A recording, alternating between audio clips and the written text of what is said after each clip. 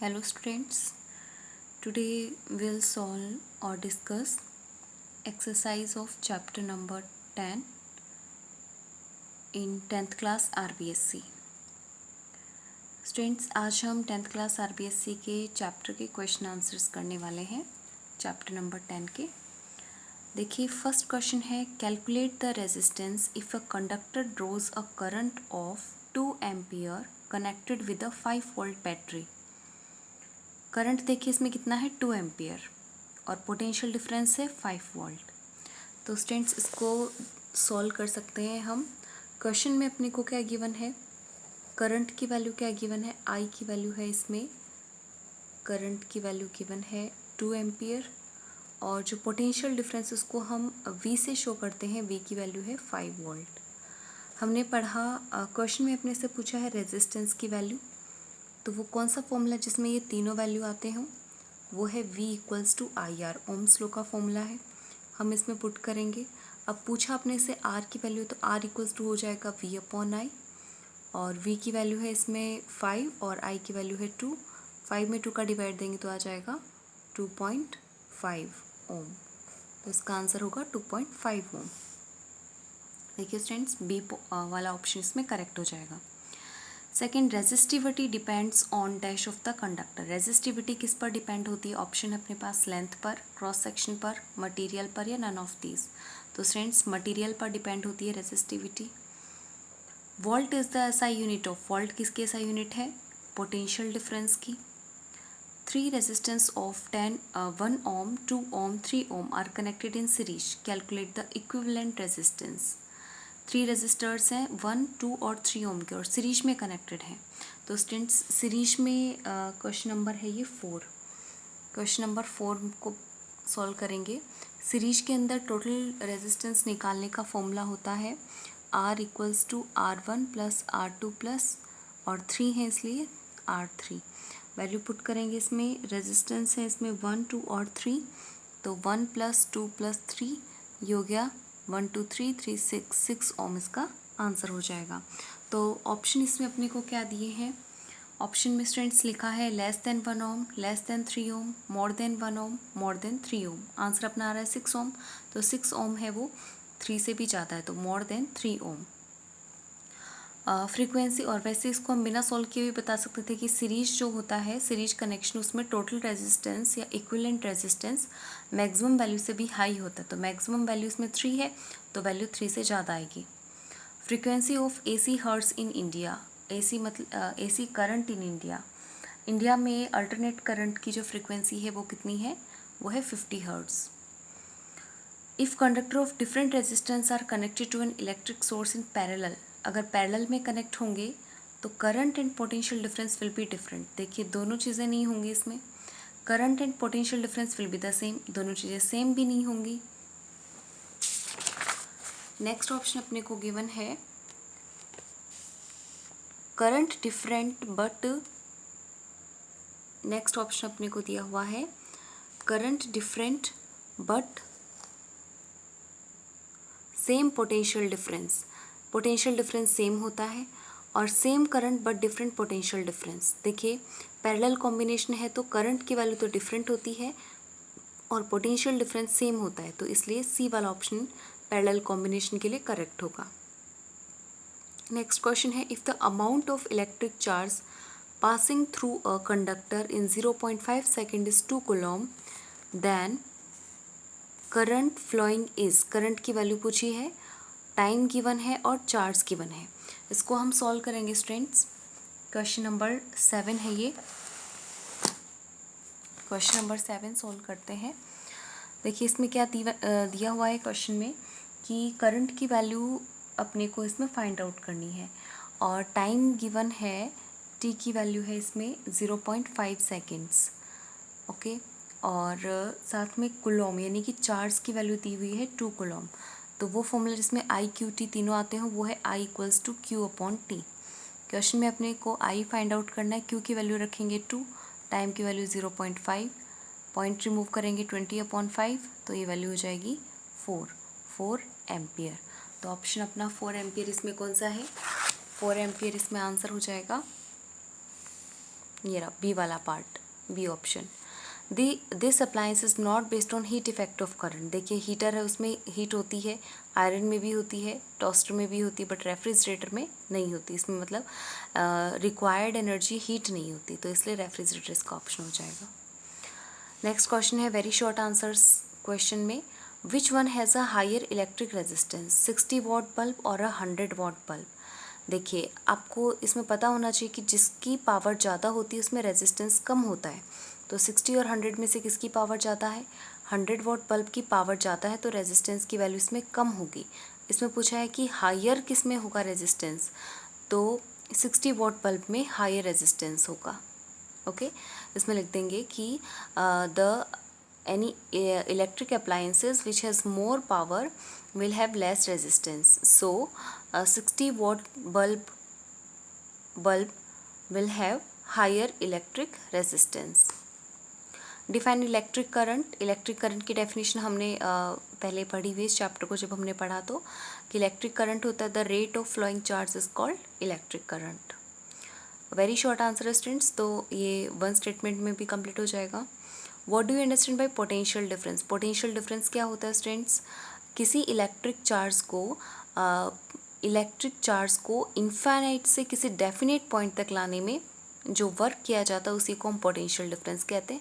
The work done by one coulomb charge for moving from infinite to any definite point is called potential difference. Okay, what is one of resistance? One of resistance क्या है? तो students one of resistance के लिए क्या होता है, resistance को हम आर से शो करते हैं और इसकी वैल्यू 1 ओम लानी है। अब रेजिस्टेंस का फॉर्मूला होता है R equals to V upon I, और इसका आंसर 1 कब आएगा? जब पोटेंशियल डिफरेंस भी 1 वोल्ट हो और इलेक्ट्रिक करंट भी 1 एम्पियर हो, तो जो रेजिस्टेंस होगा वो भी 1 ओम होगा। इन एनी अप्लायंस और in any electric circuit, if potential difference is 1 volt and electric current is 1 ampere, then the resistance in that conductor will be 1 ohm. Okay students, next question है 13 question में, how does resistivity depend on cross section area?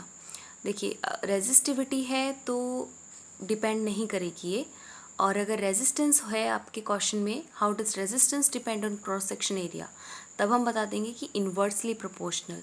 The cross section area is inversely proportional to the resistance. If we increase cross section of area resistance will decrease, and if we decrease cross section area then resistance will increase. Resistivity पर कोई effect नहीं पड़ेगा, वो material पे depend होती है। Define resistivity. Resistivity क्या है स्टूडेंट्स? ये एक स्पेशल रेजिस्टेंस होता है और इसको हम पहले डिस्कस कर चुके हैं।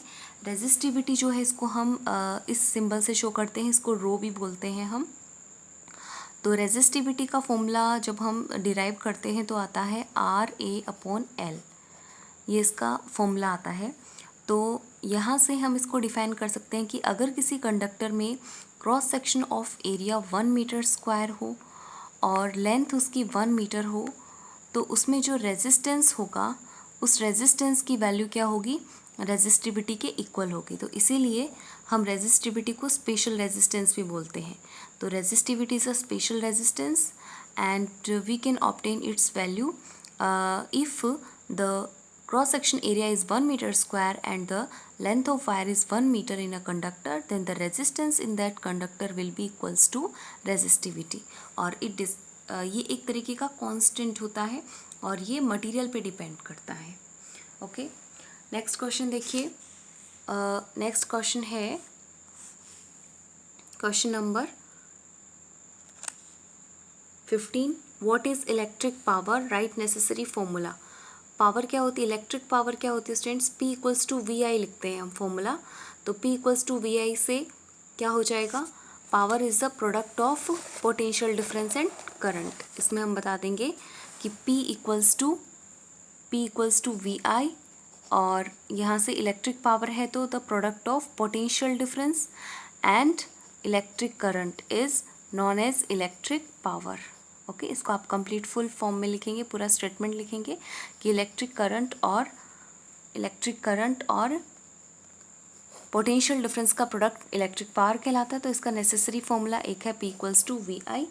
वैसे इसके अदर फॉर्मूला भी होते हैं, तो P equals to W upon T भी होता है, P equals to I square R भी होता है, और P equals to V square upon R भी होता है, बट इसमें जो इम्पॉर्टेंट फॉर्मूला है वो P इक्वल्स टू VI हो जाएगा।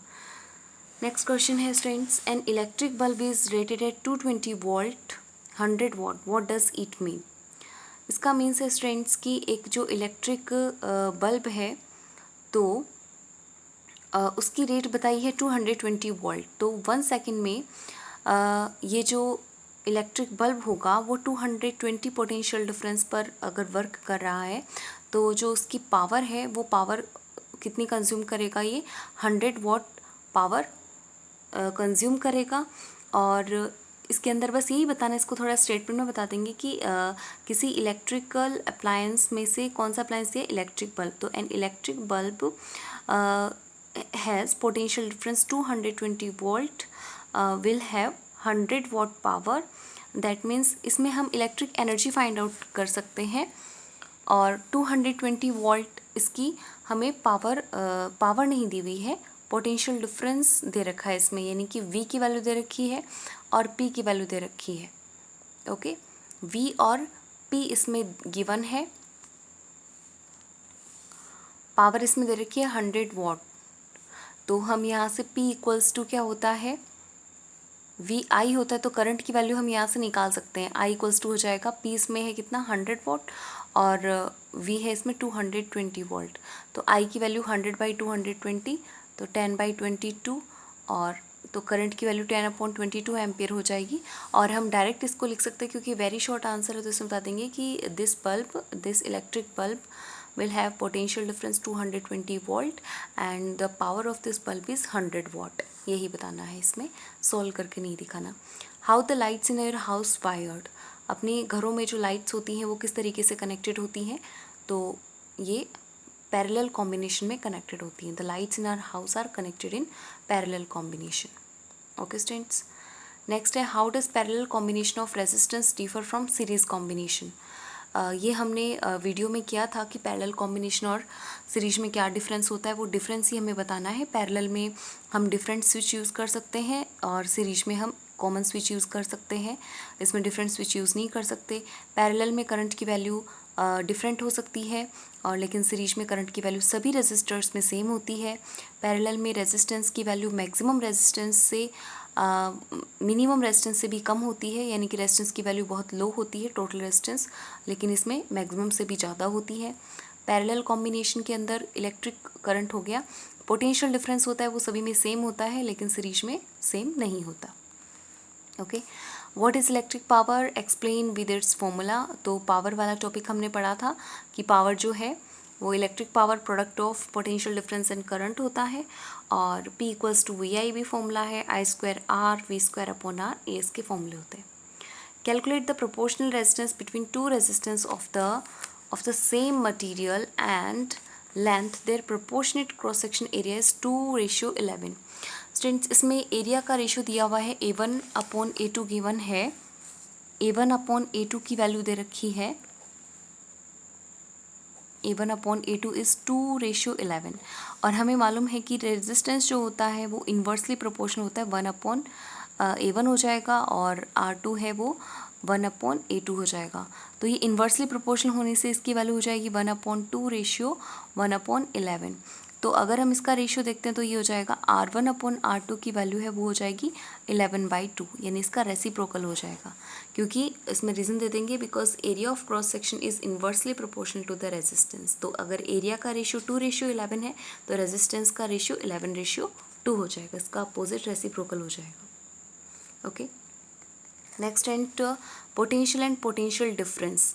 पोटेंशियल तो क्या होता है स्टूडेंट्स, इलेक्ट्रिक चार्ज को, किसी 1 कूलम चार्ज को इनफाइनाइट से किसी डेफिनेट पॉइंट तक लाने में किया गया वर्क उसका पोटेंशियल होता है।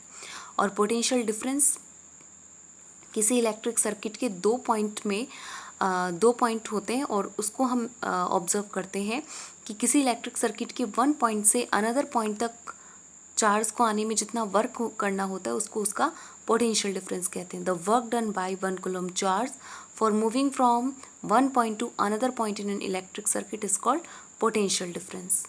Okay, differentiate between AC generator and DC generator. AC generator है, इसको अल्टरनेट करंट जनरेटर बोलते हैं और DC को डायरेक्ट करंट जनरेटर बोलते हैं। तो AC जनरेटर के अंदर तो क्या होता है स्टूडेंट्स, AC जनरेटर में करंट की डायरेक्शन हर हाफ रोटेशन में चेंज होती है और DC जनरेटर में करंट की डायरेक्शन एवरी हाफ रोटेशन में सेम रहती है। डिस्क्राइब राइट हैंड रूल है next question. Right hand rule में क्या होगा स्टूडेंट्स, हम एक वायर को राइट हैंड में होल्ड करेंगे और इसमें ये मैक्सवेल का राइट हैंड रूल ही पूछा गया है, इसको कॉर्क स्क्रू रूल भी बोलते हैं, वही वाला है। तो इसमें क्या होगा कि अगर थंब है वो वायर के अलोंग होता है और अपनी फिंगर्स उसके चारों तरफ कर्व्ड रहती हैं, तो थंब शो करता है करंट की डायरेक्शन को और कर्व्ड फिंगर शो करती हैं मैग्नेटिक फील्ड लाइन की डायरेक्शन को। करंट अगर अपवर्ड होगा तो MFL एंटी क्लॉकवाइज, करंट अगर डाउनवर्ड होगा तो magnetic field lines are clockwise in direction. How many joules are there in 1 kilowatt hour, तो ये स्टूडेंट्स हम पहले सोल्व कर चुके हैं। तो इसकी वैल्यू होगी 3.6 × 10⁻6 जूल। इसको हमें सोल्व करके दिखाना है। Describe joules thermal laws, joules thermal laws, तो 3 लॉज हैं इसकी जूल्स थर्मल लॉ में कि H = I² RT होता है। तो उसमें से हम एक एक करके सबको सोल्व करेंगे कि H है, हीट एनर्जी है, वो करंट के स्क्वायर की डायरेक्टली प्रोपोर्शनल होती है, बट उसमें रेजिस्टेंस और टाइम कांस्टेंट होनी चाहिए। हीट एनर्जी रेजिस्टेंस के कांस्टेंट होती है लेकिन करंट और टाइम कांस्टेंट होनी चाहिए। हीट एनर्जी टाइम के कांस्टेंट हीट एनर्जी टाइम के साथ डायरेक्टली प्रोपोर्शनल होती है और उसके लिए करंट और रेजिस्टेंस कांस्टेंट होनी चाहिए। तो इसके अंदर हमने पढ़ा था H से रिलेटेड फॉर्मूला था ये कि H = I² RT होता है, ये फॉर्मूला हीट एनर्जी का फॉर्मूला। तो इसमें 3 लॉज थे, H = I², H is proportional to R, H proportional T, यानी कि current square is directly proportional to the heat energy but R and T should be constant, resistance and time should be constant. Resistance is directly proportional to heat energy but उसके लिए current और time should be constant, और heat energy जो है time is also directly proportional to heat energy but current and resistance should be constant. तो इसके 3 laws होते हैं। Okay students, verify the Ohm's law with the help of A label diagram. तो Ohm's law को हमें verify करना है। इसके अंदर हमने वीडियो के अंदर पढ़ा था, तो आप उसकी वीडियो एक बार फिर से समझ सकते हैं अगर आपको उसमें कुछ भूल गए हो तो। इसमें हमें क्या लेना है, एक वायर लेना है, एक रजिस्टर लेना है, रजिस्टर के साथ हम एक रियोस्टेट कनेक्ट करते हैं, रियोस्टेट के साथ हम अमीटर भी कनेक्ट कर सकते हैं, इसको हम आगे इधर भी कनेक्ट कर सकते हैं, अमीटर यूज़ करेंगे। अमीटर को सीरीज में कनेक्ट करना होता है, एक बैटरी यूज़ लेंगे, बैटरी के साथ एक स्विच लगाएंगे और एक इसमें वोल्ट मीटर भी कनेक्ट करना है। तो वोल्ट मीटर को हम पैरेलल कॉम्बिनेशन में कनेक्ट करते हैं। इन सबको हम प्रॉपर तरीके से अरेंज करेंगे और अरेंज करने के बाद हम स्विच ऑन करते हैं। स्विच ऑन करने पर अमीटर और वोल्ट मीटर की रीडिंग ऑब्जर्व करेंगे। अमीटर करंट की वैल्यू शो करेगा, वोल्ट मीटर पोटेंशियल डिफरेंस की वैल्यू शो करेगा और आर की वैल्यू हम खुद फाइंड आउट करेंगे। R = V/I से फर्स्ट केस में निकालेंगे। फिर सेकंड केस में क्या करना है अपने को, सेकंड कंडीशन में रियोस्टेट की हेल्प से हम करंट की वैल्यू को कम ज़्यादा कर सकते हैं। अगर हम करंट की वैल्यू चेंज करेंगे तो स्टूडेंट्स हम ऑब्जर्व करेंगे पोटेंशियल डिफरेंस की वैल्यू भी क्या हो जाएगी, चेंज हो जाएगी। लेकिन R की वैल्यू जो है वो हर एक केस में क्या आती है, कांस्टेंट आती है। इसका मीन्स जो रेजिस्टेंस है वो क्या रहता है, कांस्टेंट रहता है। अगर हम I और V की वैल्यू के बीच में ग्राफ भी बनाते हैं तो एक स्ट्रेट लाइन में अपने को वो ग्राफ मिलता है। इसका मीन्स क्या होगा, जब कोई दो वैल्यू के बीच में हम एक ग्राफ बनाते हैं और ग्राफ स्ट्रेट लाइन और स्लोप में बनता है तो वो दोनों वैल्यू डायरेक्टली प्रोपोर्शनल होती है। तो इसका मीन्स V प्रोपोर्शनल I हो जाएगा। ओके स्टूडेंट्स, तो इस तरीके से वेरी शॉर्ट और शॉर्ट आंसर्स आप इजीली कर सकते हैं।